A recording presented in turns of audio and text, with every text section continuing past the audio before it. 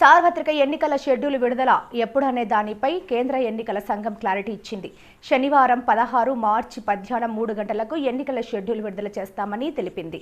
EC data ప్రకారం అరుణాచల్ ప్రదేశ్, సిక్కిం అసెంబ్లీల గడువు జూన్ 2వ తేదీతో, ఆంధ్రప్రదేశ్ అసెంబ్లీ గడువు జూన్ 16తో, ఒడిశా అసెంబ్లీ గడువు జూన్ 24వ తేదీతో ముగినున్నాయి.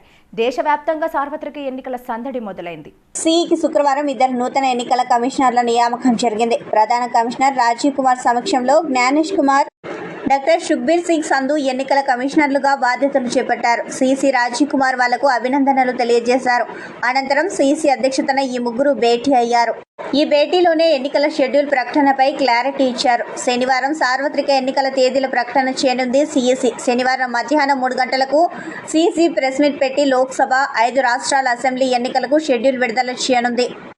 ఎప్పుడెప్పుడా అని ఎదురు చూస్తున్న సార్వత్రికల ఎన్నికల నోటిఫికేషన్ శనివారం విడుదల కానుంది. లోక్సభతో పాటు 5 రాష్ట్రాల అసెంబ్లీలకు ఎన్నికలను నిర్వహించేందుకు సంబంధించిన నోటిఫికేషన్ను శనివారం విడుదల చేసేందుకు ఎన్నికల కమిషన్ సిద్ధమైంది.